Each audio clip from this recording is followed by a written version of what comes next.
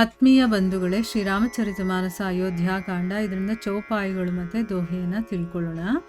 ರಾಮ ದರಸ ಲಗಿ ಲೋಗ ಸಬ್ ಕರತ್ ನೇಮ ಉಪವಾಸ ತಜಿ ತಜಿ ಭೂಷಣ ಭೋಗ ಸುಖ जियत अवधि की आस सचिव सुसेवक भरत प्रबोधे निज निज काज पाई सिख ओधे पुनि सिख दीन ही बोली लघु भाई सौंपी सकल मातु सेवकाई भूसुर बोली भरत कर जोरे करी प्रणाम बय बिनय निहोरे ऊंच नीच कारजु भल पोचूं आयसु देव न करब संकोचूं परिजन पुरजन प्रजा बोलाये समाधानु करी सुबस बसाये सानुज गे गुरु गेह बहोरी करी दंडवत कहत कर जोरी आयसु होई त रहो सनेमा बोले मुनितन पुलकी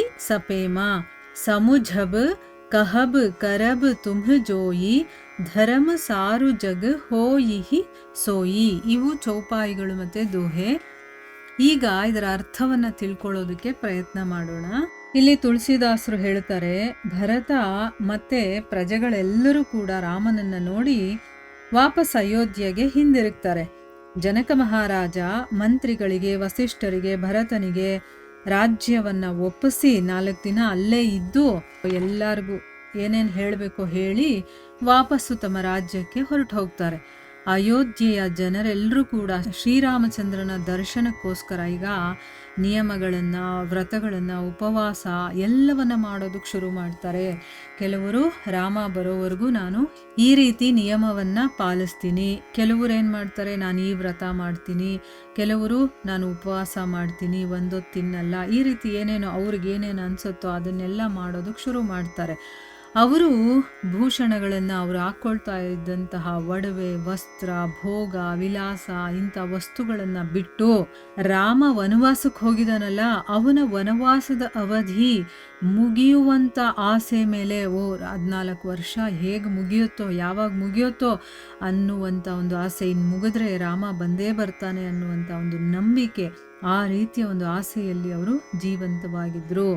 ಭರತ ಮಂತ್ರಿಗಳಿಗೆ, ನಂಬಿಕಸ್ಥರಾದಂತಹ ಸೇವಕರಿಗೆ ತಕ್ಕದಾದಂತಹ ಆದೇಶಗಳನ್ನೆಲ್ಲ ಕೊಡ್ತಾನೆ. ಯಾರ್ಯಾರು ಏನೇನು ಮಾಡಬೇಕು ಕೆಲಸಗಳನ್ನು ಭರತ ಅವರಿಗೆಲ್ಲ ಕೊಡ್ತಾನೆ. ಆಮೇಲೆ ಅವರು ಅವನ ಆಜ್ಞೆಯನ್ನು ಸರಿಯಾಗಿ ಪಾಲನೆ ಮಾಡಿಕೊಂಡು ತಮ್ಮ ತಮ್ಮ ಕಾರ್ಯಗಳಲ್ಲಿ ತೊಡಗ್ತಾರೆ. ತಮ್ಮನಾದಂತಹ ಶತ್ರುಘ್ನನಿಗೆ ಏನು ಕೆಲಸ ಕೊಡ್ತಾನೆ ಅಂತಂದರೆ, ಅವನು ತಾಯಂದರ ಸೇವೆಯ ಹೊಣೆಗಾರಿಕೆಯನ್ನು ಒಪ್ಪಿಸ್ತಾನೆ. ಏನು ತಾಯಂದರ ಹೊಣೆಗಾರಿಕೆ ಯಾಕೆ ಕೊಡಬೇಕು? ಇರೋದು 3 ಜನ ಅಲ್ವಾ, ಅವ್ರನ್ನೇನು ಅಷ್ಟೊಂದು ನೋಡ್ಕೊಳ್ಳೋದಿರತ್ತೆ ಅಂತ ಅನ್ಸುತ್ತೆ.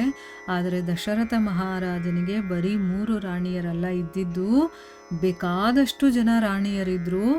ಅದರಲ್ಲಿ 3 ಜನ ಮುಖ್ಯ ರಾಣಿಯರು ಯಾರು? ಕೌಸಲ್ಯ, ಸುಮಿತ್ರ ಮತ್ತು ಕೈಕೆ. ಆದರೆ ಅವನು ಬೇಕಾದಷ್ಟು ರಾಣಿಯರನ್ನು ಮದುವೆ ಆಗಿದ್ದ, ಅವರನ್ನೆಲ್ಲ ಚೆನ್ನಾಗಿ ಕೂಡ ನೋಡ್ಕೊಳ್ತಾ ಇದ್ದ. ಅಷ್ಟೂ ಜನ ಅಂದರೆ ದಶರಥ ಮಹಾರಾಜ ಯಾರನ್ನೆಲ್ಲ ಮದುವೆ ಆಗಿದ್ನೋ ಅವರೆಲ್ಲರೂ ಕೂಡ ತಾಯಂದ್ರೆ ಅಂತ ತಿಳ್ಕೊಂಡಿರ್ತಾರೆ, ರಾಮ, ಲಕ್ಷ್ಮಣ, ಭರತ, ಶತ್ರುಘ್ನರು. ಸೊ ಅದಕ್ಕೆ ಆ ಎಲ್ಲ ತಾಯಂದರ ಸೇವೆಯ ಹೊಣೆಯನ್ನ ಶತ್ರುಘ್ನನಿಗೆ ಭರತ ಒಪ್ಪಿಸ್ತಾನೆ. ಭೂಸುರರನ್ನ ಕರೆಸಿ ಅವರಿಗೆ ಅವನು ವಂದನೆ ಮಾಡಿ, ನೀವೆಲ್ಲರೂ ಕೂಡ ಸಣ್ಣ ದೊಡ್ಡ ಯಾವುದೇ ಕೆಲಸ ಇದ್ರೂ ಕೂಡ ನಿಸ್ಸಂಕೋಚವಾಗಿ ನನಗೆ ಆಜ್ಞಾಪನೆ ಮಾಡಿ ಅಂತಂದ್ರೆ ಏನು, ಆ ಒಂದು ರಾಜ್ಯದ ರಾಜರು ಯಾರ್ಯಾರು ಇರ್ತಾರೋ ಅವರನ್ನೆಲ್ಲ ಕರೆಸಿ, ಚಿಕ್ಕ ಚಿಕ್ಕ ಭೂಮಿಗೆ ಒಬ್ಬೊಬ್ಬರು ರಾಜರನ್ನ ಮಾಡಿರ್ತಾರಲ್ವ, ಸೊ ಅವರನ್ನೆಲ್ಲಾನು ಕರೆದು ಹೇಳ್ತಾರೆ, ಏನೇ ಕೆಲಸ ಇದ್ರೂ ಕೂಡ ನಿಸ್ಸಂಕೋಚವಾಗಿ ಹೇಳಿ. ಆಮೇಲೆ ದೇವತೆಗಳಿಗೂ ಕೂಡ ಕೇಳ್ಕೊಳ್ತಾ, ನಿಮ್ಗೇನಾದರೂ ಕೆಲಸಗಳಿದ್ರೆ ನಮಗೆ ಹೇಳಿ, ನಾವು ಮಾಡಿಕೊಡ್ತೀವಿ ಅಂತಂದ್ಬಿಟ್ಟು. ಯಾಕೆ ಅಂತಂದರೆ ಈಗ ಒಬ್ಬ ರಾಜ ಆದಮೇಲೆ ಅವನು ಇಡೀ ಪೃಥ್ವಿಗೆ ಸಾಮ್ರಾಟನಾಗಿರ್ತಾನಲ್ವ, ಸೊ ಅದಕ್ಕೋಸ್ಕರ ಎಲ್ಲರಿಗೂ ಕೂಡ ಒಂದೊಂದು ಕೆಲಸಗಳನ್ನು ಒಪ್ಪಿಸಿ ದೇವತೆಗಳಿಗೆ ನಿಮಗೇನಾದರೂ ಕೆಲಸ ಇದ್ರೆ ಹೇಳಿ, ನಾವು ಮಾಡಿಕೊಡ್ತೀವಿ ಅಂತ ಹೇಳಿ ಅವರನ್ನ ನಮ್ರವಾಗಿ ವಿನಂತಿ ಮಾಡ್ಕೊಳ್ತಾನೆ. ಆಮೇಲೆ ಭರತ ಪರಿವಾರದ ಜನರನ್ನ, ನಾಗರಿಕರನ್ನ ಮತ್ತು ಇನ್ನೂ ಬೇಕಾದಷ್ಟು ಜನ ಪ್ರಜೆಗಳಿರ್ತಾರಲ್ಲ ಅವರನ್ನೆಲ್ಲ ಕರೆಸಿ ಅವರನ್ನು ಸಮಾಧಾನ ಪಡಿಸ್ತಾನೆ. ಯಾಕೆ ಅಂತಂದರೆ ರಾಮ ಬರ್ತಾನೆ, ಏನು ಯೋಚನೆ ಮಾಡಬೇಡಿ, ನಿಮ್ಗೇನೇ ತೊಂದರೆಗಳಿದ್ರು ಕೂಡ ನನ್ನ ಹತ್ರ ಹೇಳಿ, ನಾನು ಅದನ್ನು ಸರಿ ಮಾಡಿಕೊಡ್ತೀನಿ ಅಂತಂದ್ಬಿಟ್ಟು ಹೇಳಿ ಅವರೆಲ್ಲ ಸುಖವಾಗಿ ಇರೋ ಹಾಗೆ ಅವನು ಮಾಡ್ತಾನೆ. ಮತ್ತು ತಮ್ಮ ಶತ್ರುಘ್ನನ ಜೊತೆ ಗುರುಗಳಾದಂಥ ವಸಿಷ್ಠರ ಹತ್ರ ಹೋಗಿ ದಂಡ ಪ್ರಣಾಮವನ್ನು ಮಾಡಿ ಕೈ ಜೋಡಿಸ್ಕೊಂಡು ಪ್ರಾರ್ಥನೆ ಮಾಡ್ಕೊಳ್ತಾನೆ.